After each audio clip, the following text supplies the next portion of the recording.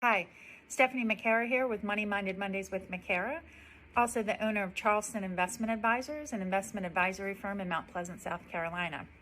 So I'm here this month talking about all of these, putting all the pieces together, right? So we've talked about spending, saving, investing, budgeting, and now we're talking about giving every dollar a purpose. So making sure that we're doing all of these things we talked about doing to have a healthy financial future. So $0 budgeting is something that becomes very important, and it's very mindful. Think about it as a mindful exercise. Understanding everything that's coming into your account, everything that you've worked hard for, everything that you've given your time and energy to building in your wealth and your income. Now you need to align that with your spending and your saving. So last week we talked about at least 20%. Let's start with 20% of what income is coming in is either going to your savings or paying off your debt, or a little bit of both, depending on how much debt you have. Once the debt is paid off, that entire 20% is going towards savings that eventually will then be invested.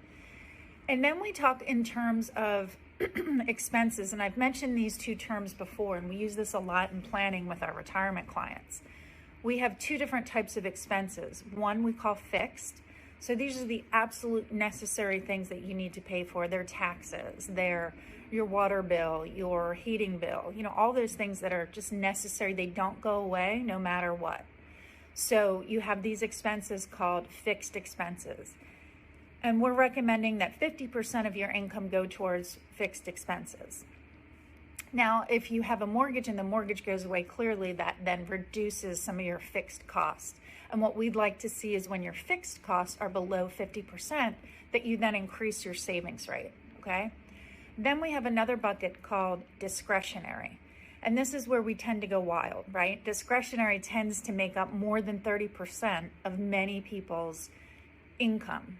So when you do $0 budgeting, you have to be very specific about in any given month, making sure that only 30% of your income is going towards discretionary expenses. This is things like gym memberships, getting your hair done, shopping for clothes, all those types of things that aren't required, aren't necessary. If they're necessary, again, they're falling into that fixed bucket.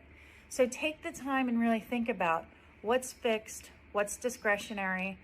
And this creates some discipline, right? So then if in 1 month you say, well, I've filled up my 30% discretionary bucket, well, that means that you need to wait. You need to wait until next month and fill it up again and spend it on something else. So it creates a real planning, a real mindful experience. Okay, I'll see you next week.